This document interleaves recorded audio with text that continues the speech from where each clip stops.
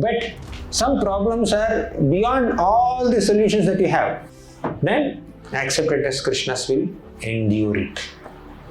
That ability to endure, ability to tolerate, ability to internally maintain your peace and calm and composure despite the external chaotic situation, you need spiritual strength. Om Namo Bhagavate Vasudevaya. Om Namo Bhagavate Vasudevaya. Harekrishna. Welcome everyone for today's session. Last class we discussed on the topic of how to deal with reversals in life, when problems and troubles, unexpected events overpower us, overwhelm us. What is the best way to respond to such situations? So we discussed a few incidents from Srimad Bhagavatam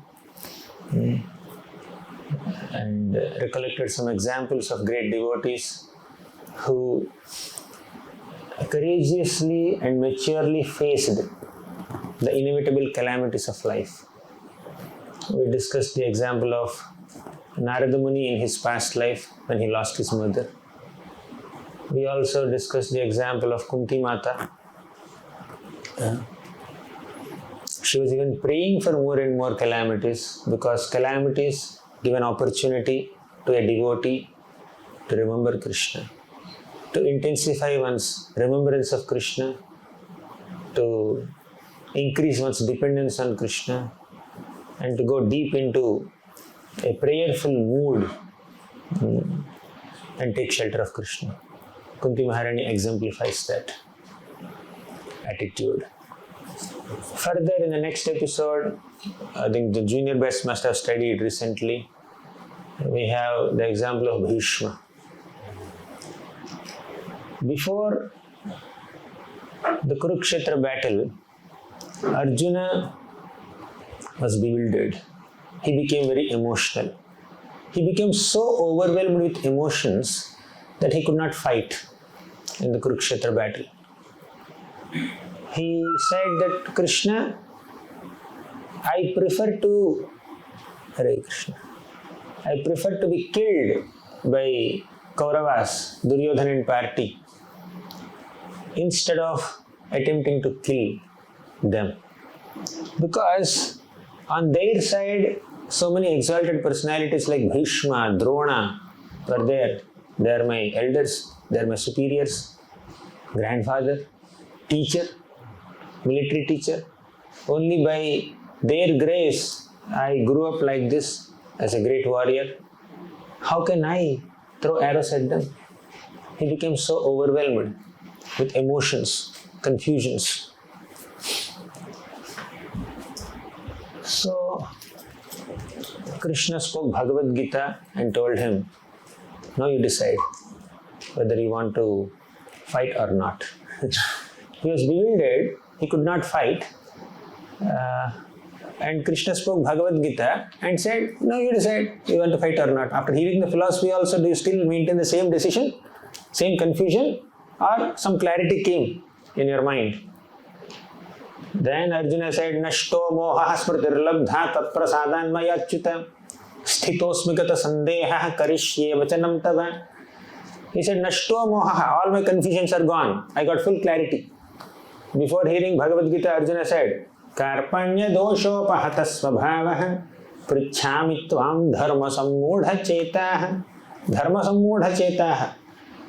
My mind is completely confused in the performance of my duty.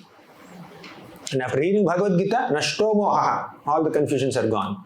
Smritirlabdha, I regained my memory, intelligence. How? Tvat prasadan mayachyuta. By your prasada. Prasada is mercy here. That Krishna fed him some Mahaprasada and then, I remembered. So this prasada is mercy. By your mercy, Even Bhagavad Gita teachings also are Krishna's mercy. So by your mercy, I somehow regained my memory, regained my intelligence, gained my composure, and now I'm prepared to fight. Because I have accepted you as my Guru, and you have mercifully enlightened me in my duty, now I am able to fight. Karpanya doshopahata svabhavaha pritchami tvam dharma sammodha chetaha. Pritchami tvam means I am asking you. Because I asked you what is my duty, what is most beneficial for me, what is most auspicious for me. Yaha shreyasyan nishchitam hitan me. What is shreyas, what is auspicious for me? Nishchitam means you should speak it for certain. Sishyasteham sadhimam tam prapannam. I am accepting you as my guru, my teacher. Please enlighten me. So when we humbly bow down in front of a guru, a teacher, an enlightener, ultimately the Supreme Lord, then we will go from confusion to clarity. Now we were discussing about calamities, but apart from the calamities of tapatrayas, adhyatmika, adi bhautika, adi daivika kleshas, there are other calamities in the life of a devotee. One of the foremost of those calamities are being confused, being bewildered. You see, this you can put as adhyatmika klesha in one sense. Misery is caused by body and mind also. When the mind runs into confusions, that confusion takes us into a state of calamity. If you have leg pain or hand pain or back pain, that's one calamity, physical pain. But if you are internally confused and bewildered, no clarity, what to do, what am I supposed to do, should I do this duty or not, should I do this service or not, why I am being chosen for doing this service, why not somebody else, why my service only has so many difficulties. Every service has some difficulties of their own flavor. That is another calamity. The calamity doesn't always come from external sources only. Many calamities sprout from within. So lust, envy, pride, greed, these are like internal calamities, internal obstacles. But another internal calamity is confusion. When you are confused about your duty, when you are not clear about what is good and what is bad, what is right, what is wrong, when to do, what to do, how to do. So that's a great calamity. And Arjuna was in that calamity. He did not know what to do. But he is fortunate to know what to do when he doesn't know what to do. You should know what to do when you don't know what to do. What to do when you don't know what to do? Take shelter of someone who knows what to do. That's what Arjuna did. Sishyasteham sadhimam tvam prapannam. Then, after hearing Bhagavad Gita, his confusions are gone. Sthitosmi gata sandehaha. All my doubts are clear. Karishye vachanam tava. I will act as per your instruction. So, Arjuna was bewildered before the Kurukshetra war, and he came out of the bewilderment by hearing the teachings of Krishna. But Yudhisthira Maharaj was bewildered after the war, and he came out of the bewilderment by hearing the teachings of a devotee of Krishna. Be in touch with either Krishna or with a devotee of Krishna. Only they can clear our confusions. After the war of Kurukshetra, Yudhisthira was supposed to rule the kingdom, but he was bewildered. He was thoroughly confused. How can I sit on this throne? He was feeling so guilty, so repentant. Bhishma was thinking that, Yudhisthira Maharaj was thinking that just to enthrone me as the king of Hastinapur, hundreds and thousands of soldiers had to give up their lives just so that I can become a king. Is it appropriate? Is it worth? Am I so worthy that hundreds and thousands of people have to die just to make me the king?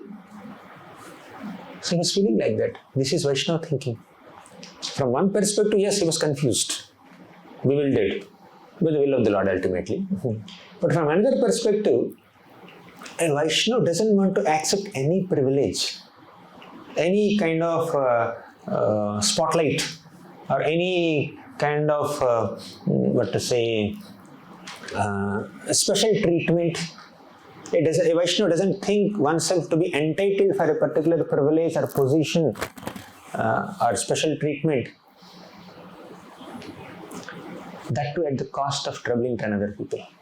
Oh, these many people have to work so hard just to give me this privilege, this position, this facility. Oh, is it worth troubling so many people? So that's what a Vaishnava should think. A Vaishnava should think of oneself so undeserving for any privilege or position.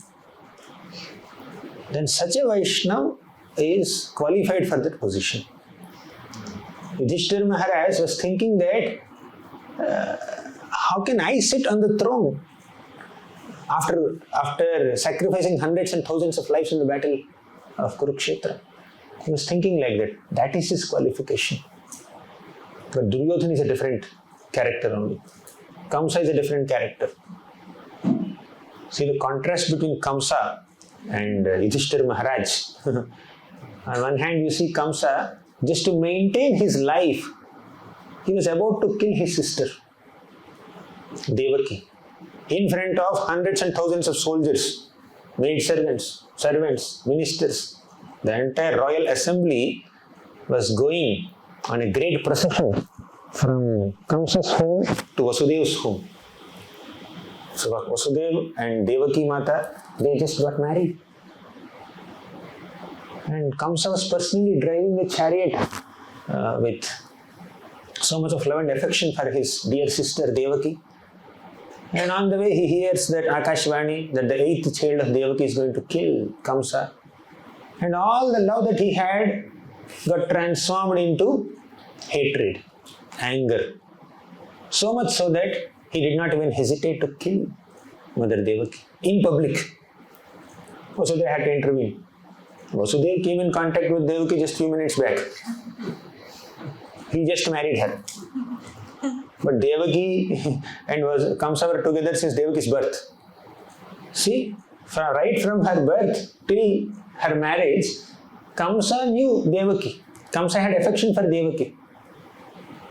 But all that affection, years of affection, turned into hatred, and he did not even hesitate for a moment to kill her. On the other hand, you see, Vasudev, although he just came in contact with Devaki Mata, he wanted to protect her, even at the cost of risking his own life. Vasudev knew he did not have the physical strength to kill Kamsa. If Kamsa becomes angry, that sword that he lifted to kill Devaki would even chop Vasudev also. But Vasudev thought, let me try. Let me talk to him. Let me try to console him. I cannot fight with him physically. Let me at least convince him verbally with my arguments, with my logic. By using Samadana. Danda I cannot use. At least let me use Samadana Bheda to somehow convince him. So this is the nature of a Vaishnava.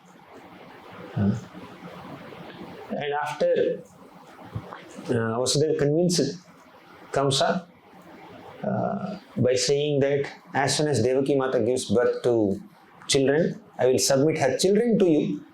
Because Akashvani never told that Devaki will kill you. Devaki's child, 8th child will kill you. I will give you all the children. You do whatever you want, but don't kill her. That's what he said. And as you know the story, after some time, Devaki Mata gave birth to children, and Vasudev honestly gave the first child to Kamsa, and Kamsa did not hesitate to kill 6 children of Devaki to protect himself. And after that, he did not hesitate to trouble all the good souls and the Yadus and Bhojas and Vrishnis and Andhakas there to protect his own life. After that, he did not hesitate to dispatch all his demoniac associates like Putana, Trinavarta, Aghasur, Bakasur, Vatsasur, Vyomasur, Arishtasur, Keshi. He had sent all of them to protect his own life. Right? So he is troubling good people also, and he is engaging demoniac people also to protect his own life. Then later he would engage Kavalaya Pita. Then he would engage Chanura, Mustika, Shala, Toshala, Kota, because he thinks that his life is more important. His position is more important. He doesn't even hesitate to imprison Ugrasena Maharaj also. He may think, oh, he's Kamsa. I'm a Vaishnava. I'm a Sadhaka Bhakta at least, if not a pure Vaishnava. He may think like that. But the Kamsa traits may be there in a struggling Sadhaka also. What is that Kamsa trait? To trouble others for one's own personal convenience. Just to get some personal convenience, just to get some power or position or privilege, we may not hesitate to trouble other devotees. So this personality trait is somewhat similar to Kamsa's. But in contrast with Kamsa, we have Yudhisthira Maharaj. He felt very uncomfortable to sit on Hastinapur throne, knowing very well that I got this throne only at the cost of the deaths of hundreds and thousands of people here. Hundreds and thousands of soldiers had to lay down their lives for my sake, just so that I can become the king. So this is Yudhisthira Maharaj's concern. This is another calamity. Confusion in the mind. We are, just as we have seen Arjuna from two angles of vision, one as a soft-hearted Vaishnava, another as a confused warrior. Similarly, we have to see Yudhisthira also from two angles of vision. One as a soft-hearted Vaishnava, second, a confused king. So you appreciate him and learn the lesson of how to be a soft-hearted Vaishnava by seeing the nature of Yudhisthira Maharaj. But from another angle, let's not fail to also understand that what Yudhisthira Maharaj is going through now is a clear confusion. He was confused. Krishna spoke Bhagavad Gita to Arjuna before the war. Krishna was personally present in the war. He has been guiding Yudhisthira Maharaj and all the Pandavas to kill Bhishma, Drona, Karna, Shukuni, Duryodhan, Dushyasan, Jayadratha, all these great warriors on the other side. How can Krishna support adharma? Why Yudhisthira Maharaj had to feel so much guilt? Why Yudhisthira Maharaj is feeling so much repentant that so many people have to die because just to make me king? Why are you giving so much of importance to yourself only? Why the focus is there on why your focus is there on yourself? You need to keep focus on Krishna's mission. If for the service of Krishna, for the pleasure of Krishna, to execute the plan of Krishna, even if you have to kill some people or trouble some people or do some unpleasant activity, you may have to do it. Even if you have to show some violence, you may have to do it. Not for your own sake, but for Krishna's sake. What Arjuna did and Yudhisthira did and all the Pandavas did on the battlefield of Kurukshetra is sheer violence. But that was required to establish dharma, to assist Krishna in doing paritranaya sadhunam, vinashaya cha dushkrutam, dharma samsthapanarthaya. To do all these three things, to assist Krishna in this mission of protecting the righteous, punishing the vicious, and to establish dharma, Pandavas had to be violent, had to kill so many people. And why should Yudhisthira Maharaj feel guilty about it? Why should he feel repentant about it? It's confusion, sheer confusion. Sometimes we want to be so righteous, we want to be in the good books of other people, that, oh no, I will not do it. Ab bol do. Shooting from someone else's shoulder. Right? You can have hesitation about it, but if it is inevitable service, you may have to do it, although it is unpleasant. But Yudhisthira had that hesitation. Day after execution, that's even more surprising. And Krishna is convincing him. And please understand, we are seeing Yudhisthira from two angles of vision without disrespecting Yudhisthira Maharaj. The bewilderment of Arjuna or the bewilderment of Yudhisthira Maharaj is a part of Krishna's plan, or the awkward situation created in the life of Parikshit Maharaj is a part of Krishna's plan. Just so that we can hear Bhagavad Gita, we can hear Bhagavatam and we can hear Bhishma's stuti and Bhishma's teachings. If Yudhisthira was not bewildered, we would not get an opportunity to hear Bhishma's stuti. Iti mati rupa kalpita vitreshna Bhagavati sattvata pungave vibhumni Swasukhamupagate Kvachid vihartum Prakriti vipeyushiyad bhava pravaha. Such a beautiful stuti of Bhishma. We got an opportunity to hear that just because Yudhisthira Maharaj was bewildered. When Yudhisthira was bewildered, Krishna tried to console him. He tried to teach him some philosophy. Vyasadeva tried to convince him, the author of Bhagavatam. Dhaumya tried to convince him. And Yudhisthira is not getting convinced only.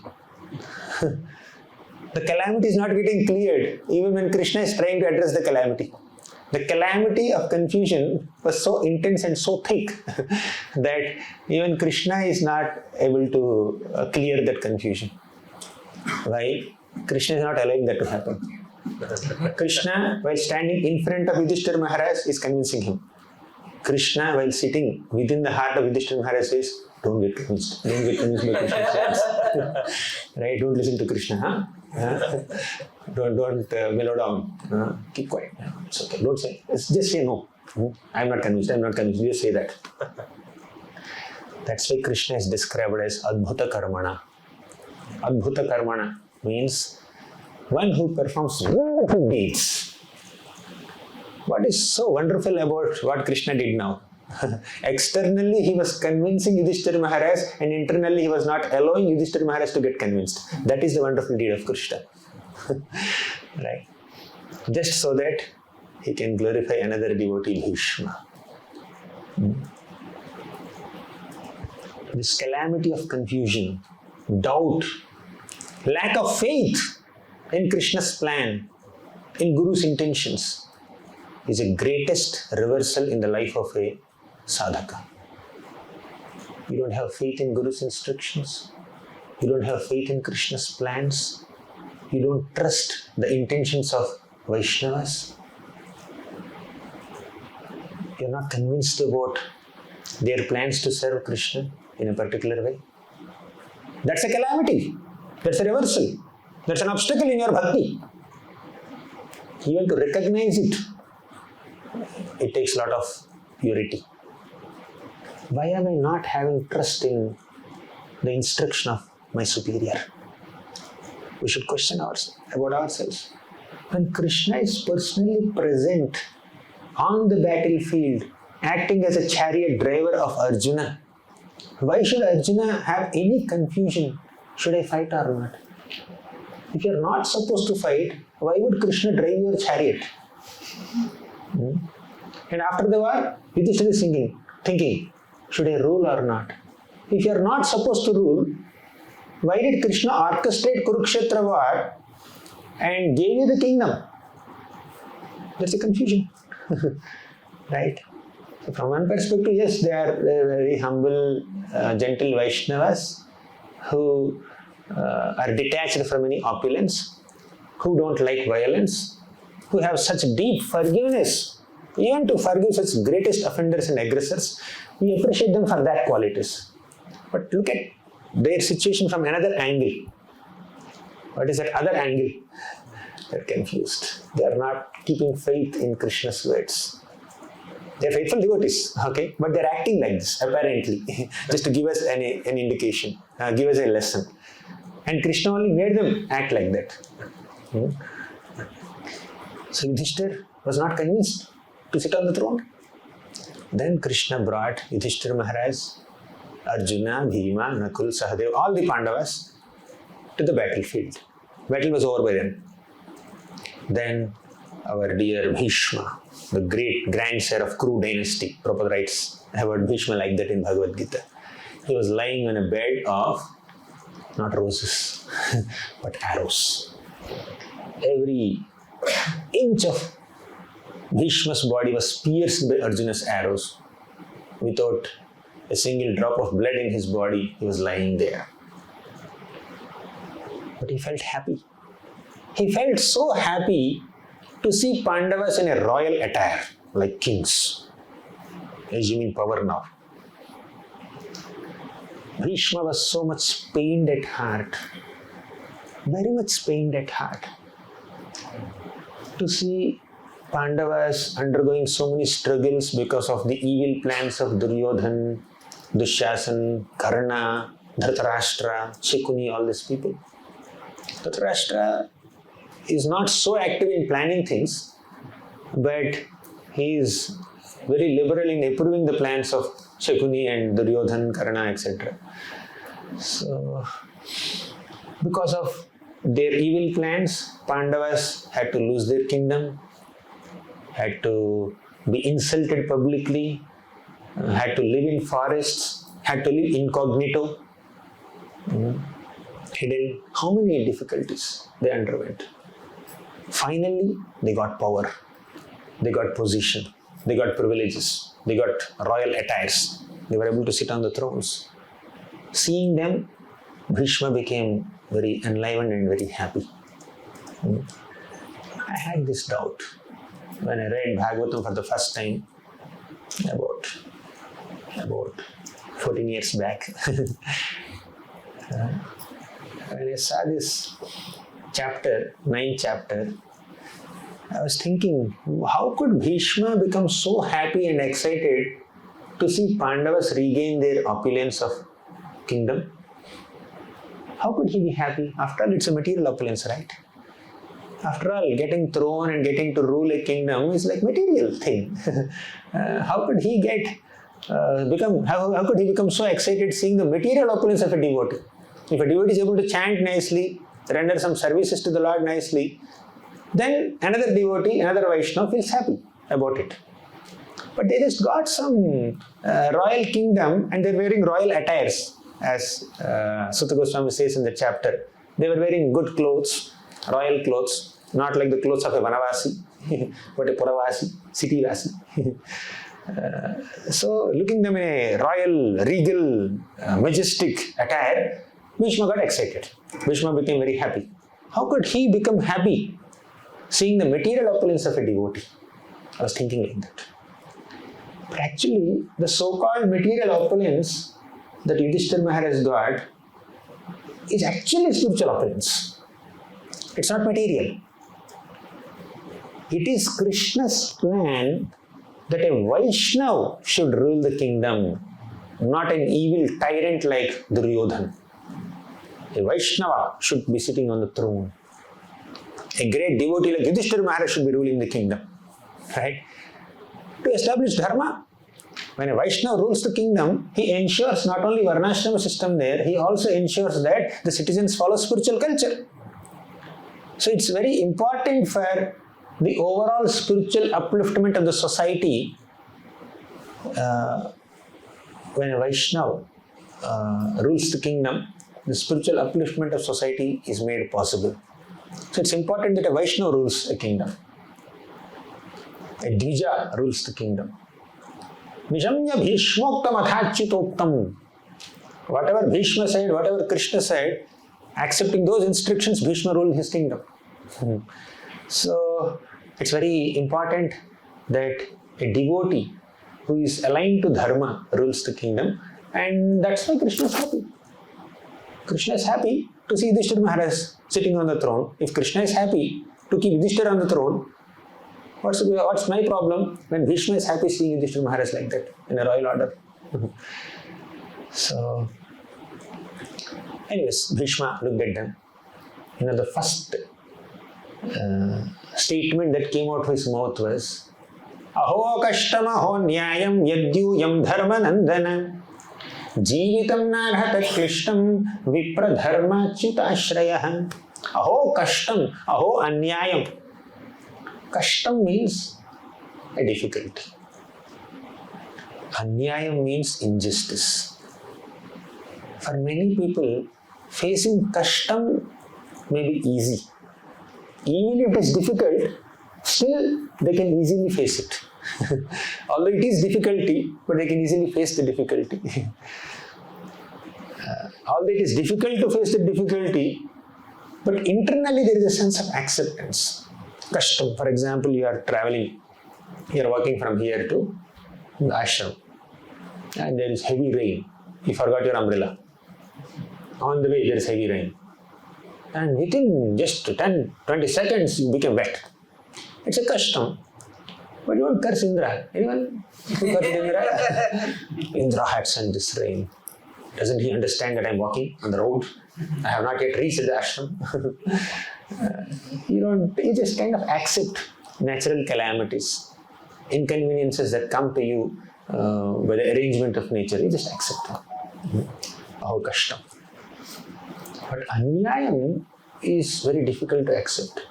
Anyayam means injustice. Someone is deliberately troubling you. That is difficult to accept. How could he trouble me? Natural calamities you can accept.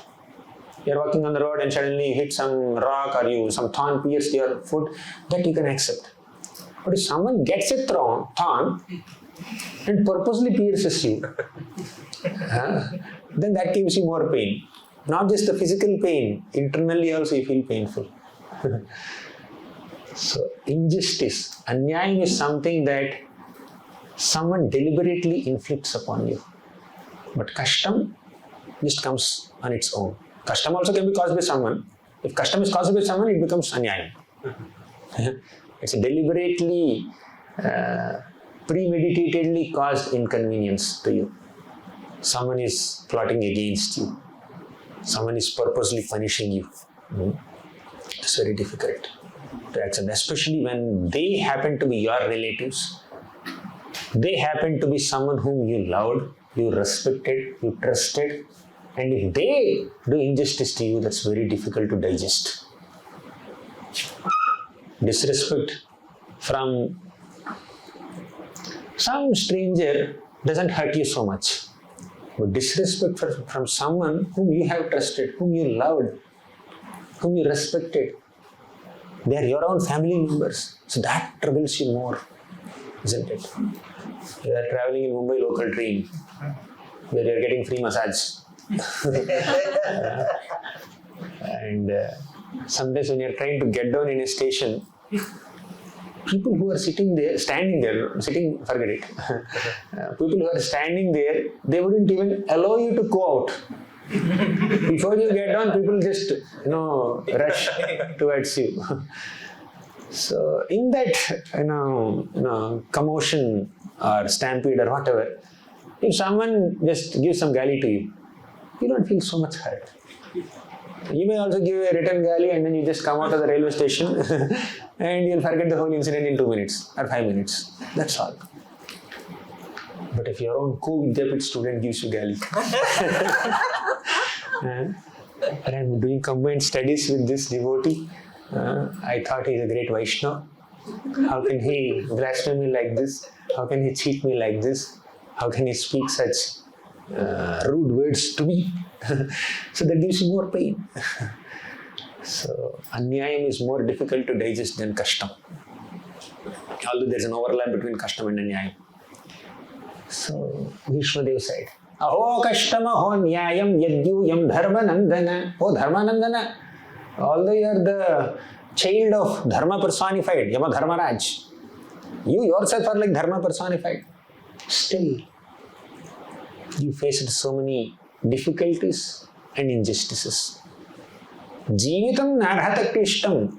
You don't deserve to live. Someone who faced so many injustices and so many calamities cannot live only. It's very difficult to survive amidst all these calamities. But you survived. Why? What is the secret of your survival? What is the secret of your successfully maneuvering or navigating through all the injustices and difficulties? What's the secret? Secret is Vipra Dharma Chit Ashrayaha. Vipra. Vipra technically is Brahmanas. Dharma is a code of virtues and principles. Achyuta is Krishna. But from a pure spiritual context, Vipra refers to Vaishnavas, Bhaktas, Bhagavatas. Dharma refers to Bhagavata Dharma, Bhakti Yoga. Achyuta is Krishna.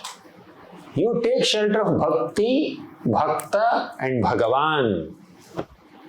You take shelter of the Supreme Lord, the process of devotional service and devotees.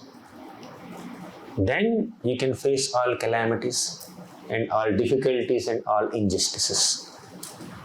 So the secret weapon with which you can fight all injustices and difficulties is taking shelter of Krishna, taking shelter of Bhakti, taking shelter of devotees. That will give us that empowerment, that will give us that inner strength to battle against all kinds of injustices and difficulties. If we try to fight back all the injustices and difficulties we are facing on our own strength, on our physical strength or mental strength or intellectual strength or egoistic strength, where you have power and position and privileges, you cannot resolve the problems beyond certain extent. But only when you take shelter of Krishna and the process of bhakti and sadhu sangha, then you can navigate through all the difficulties and injustices effortlessly, easily. Without inner spiritual strength, without genuine devotion for Krishna, without recognizing the divine intervention in your personal lives, there is every possibility of you getting bewildered by even the slightest difficulty in life. If you are able to see the situation from a higher perspective, what is that higher perspective? From the perspective of Krishna's arrangement. Krishna has arranged this situation for me. Krishna has orchestrated this difficulty in my life so that I can become purified of my anarthas, so that I can become more and more mature in bhakti, so that I can grow in my devotion, so that I can become more prayerful, so that I can depend on Krishna. Till you get that kind of perspective, till you have that kind of understanding, it's very easy to get lost amidst all the calamities in life. The greatest calamity is confusion. One of the greatest calamities, confusion. But internally you don't have any confusion. Somebody gives you gali, you're confused. Kya chal raha hai? Why is he giving me so many galis? Or somebody is troubling you in another surprising way, unmentionable way, inconceivable way. Instead of getting bewildered, have that inner clarity. Externally address the situation as far as humanly possible. Internally reconcile the situation with pure philosophical understanding. And the ultimate philosophical understanding is to accept everything as Krishna's plan. Do the needful to resolve the difficulty externally as far as humanly possible. But if it goes beyond your human abilities to resolve a problem, what can you do? Surrender to the situation. Some problems have remedies, but some problems have no remedies. Pratikriyana yasyeha kutaschit karhita prabho. Who said this? Senior batch. Junior batch, you're in which chapter? 11th chapter. So, I'm asking the senior batch, tell me. Pratikriyana yasyeha kutaschit karhichit prabho. Who said this to whom? This is from first canto, a hint. Narada Muni. Wrong answer. Okay. Next. Now this is a calamity to Vidyapit students. I keep asking some questions in the middle. Yes. All scholars have entered 10th canto already. Pratikriyana yasyeha. Vidur, correct. Vidur said to whom? No. Dhritarashtra. Vidura spoke to Dhritarashtra. Pratikriyana yasyeha. I was speaking in the context that death is soon approaching you. There is no pratikriya. You cannot find a remedy for it. Generally, whenever there is a political disturbance or political difficulty, then King Yudhisthira tells Minister Yudhisthira, find a solution. Find some pratikriya. Find a remedy. And Yudhisthira is accustomed to receiving that order and finding some remedies. That the king is also blind. But this time also, when death is soon approaching, Dhritarashtra may say, Yudhisthira, can you find a remedy? Before even Dhritarashtra could say that, Yudhisthira is saying, I cannot find a remedy. Pratikriyana yasyaha. There is no pratikriya for this. There is no remedy for this. It is Krishna who came in the form of Kala. It is the Supreme Lord who appeared in the form of time factor. And He is bringing about your death. When He decides that you cannot live in this material body anymore, who are you to object? There is no pratikriya. You cannot stop. Face death. Accept death. Some problems have no remedies. When the problem doesn't have a remedy, what should you do? Surrender to the situation. Accept it as Krishna's will. That requires great inner spiritual strength. How to deal with calamities. Yeah? Use your intelligence, use your money, use your manpower, use your contacts, use your resources. Borrow someone else's intelligence and solve the problem. But some problems are beyond all the solutions that you have. Then accept it as Krishna's will, endure it. That ability to endure, ability to tolerate, ability to internally maintain your peace and calm and composure despite the external chaotic situation, you need spiritual strength. You need faith in Krishna's plan. You need trust in Krishna's intentions. Devotees who are not sufficiently mature in their bhakti, they blame Krishna for the calamities and reversals that they are facing in life. Just as Kritadyuti blamed Krishna. How can the child die during the lifetime of father? She has her own logic of who should die when. And she is blaming the Lord. And don't blame the Lord. Don't blame the Lord, but accept the plan of the Lord. That's how Bhishma concluded his talk. He says, Tasmadidam Daivatantram. This is all Daivatantra.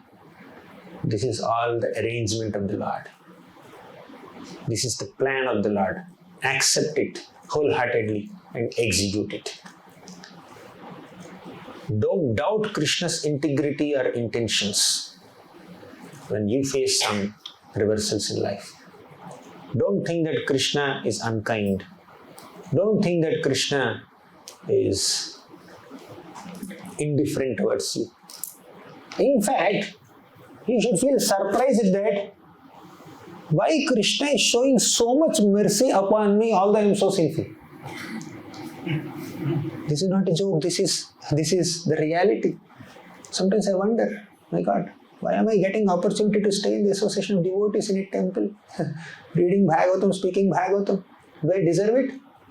From any angle, I feel that I don't deserve it. From any perspective, whichever perspective you see, I feel I'm not qualified for it. But still, so much mercy is coming. So much rain shower of mercy is falling upon us. How can we blame? How can we complain? We need to cultivate that mode of gratitude. When you are grateful at heart, you don't complain when there is a calamity in life. When there is no gratitude in the heart, you will find 100 reasons to complain about even a silly thing. Start counting your blessings. When you have the ability to count your blessings, then you will not have the inclination to complain and blame that Krishna has arranged this calamity upon me. He is unkind. He has no compassion. We hear Putana pastime. We read the sloka, Kambadayalam Sharanam Vrajima. But when a calamity comes in our own life, why did God do this to me? God has not done this to you. You have done by your own misdeeds.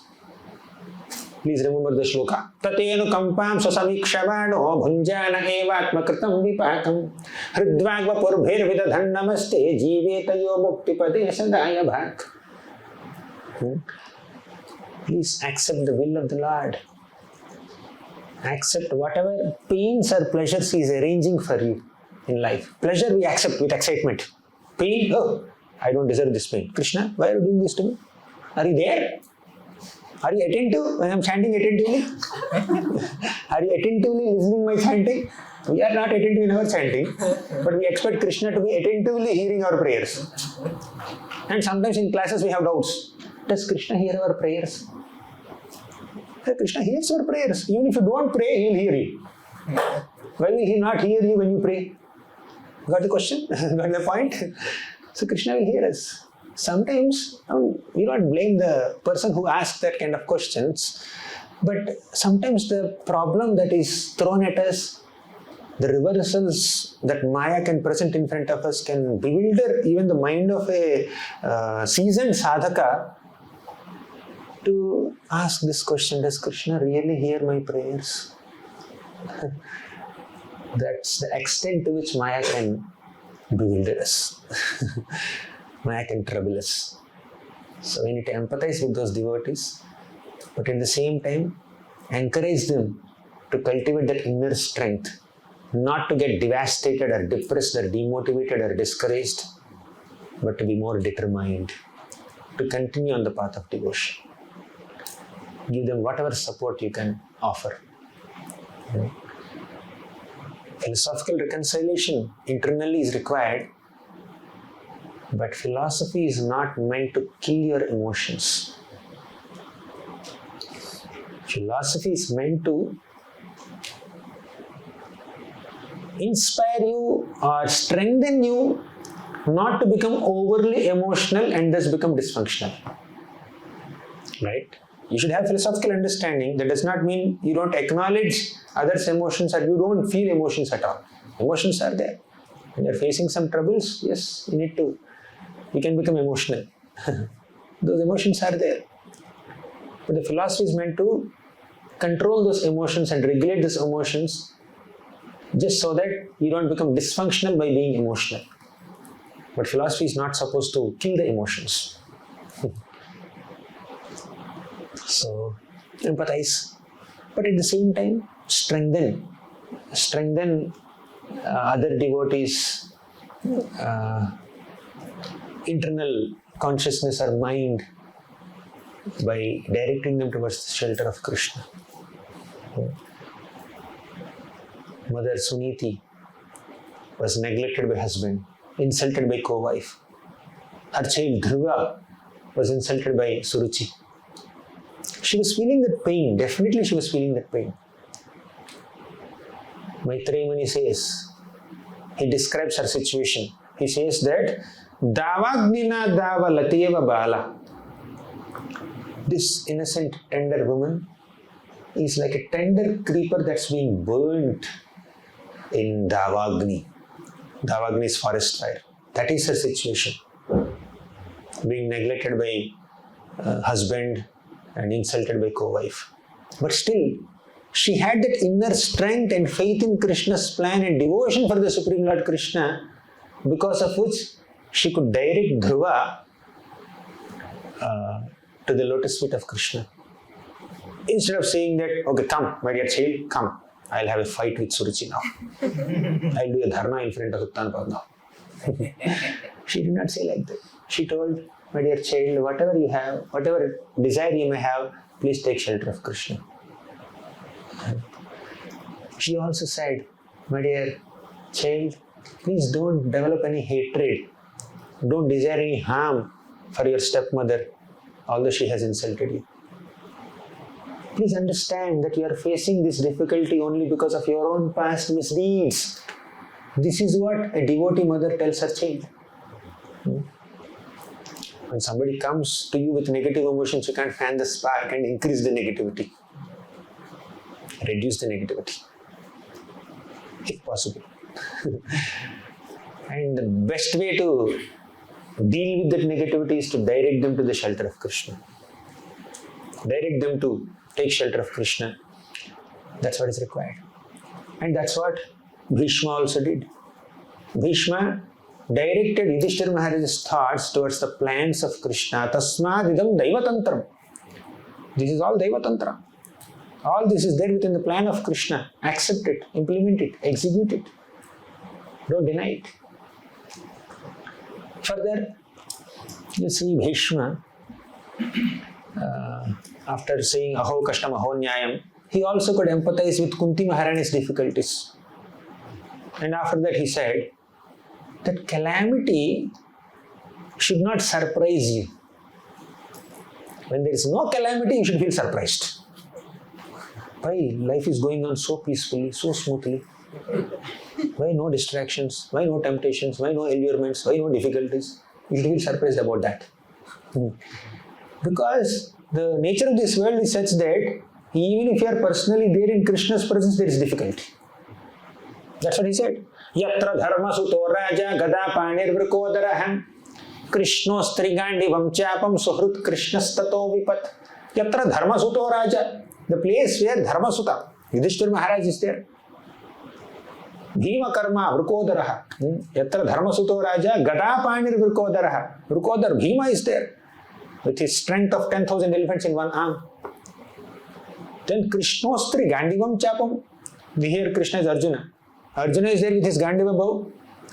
Bhima is there with his Gada. Arjuna is there with his Gandiva bow. And Yudhishthira is there, Dharma personified. The personification of all virtues and values and principles. And on top of it, despite having their spiritual strength and dharmic strength and physical strength, military strength, the real strength of the Pandavas is Krishna is there personally. Suhrut Krishna. Krishna is their direct well-wisher. Suhrut Krishna. Tato vipat. Still they encountered vipatti, calamities. You understand this? Although you are equipped with all spiritual strength, dharmic strength, material strength, physical strength and military strength, and Krishna is personally there. What strength can be stronger than this strength? Suhrut Krishna. Krishna is your direct well-wisher, advisor, guide, counselor. Still, tato vipat. Still there are difficulties. Understand?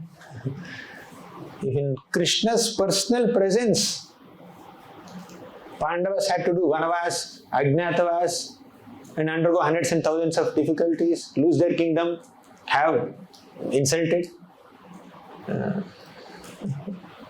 Why am I so special? How can I be so special? How can I expect difficulty-free, reversal-free, calamity-free life? So let's accept calamities. It could be in the form of health issues or financial issues or some other problems. Let's expect them. If you expect, then you will not get frustrated. Expectations lead to frustrations. But if you expect calamities, then you will not get frustrated when you face calamities. But if you expect peace, then you will get frustrated. Right? Learn what to expect and what not to expect. If you have undue expectations of peace, calm, composure, respect, good treatment, then there is only frustration, guaranteed. But if you expect calamity, difficulty, problems, injustices, kashtam, anyayam, then even if they come, you will not get frustrated. And if they don't come, you are happy, you are excited.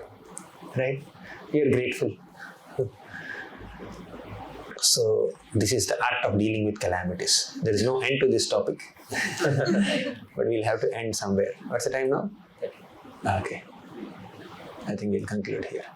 Thank you. Thank you very much. Granthara Srimad Bhagavatam ki jai, Srila Prabhupada ki jai.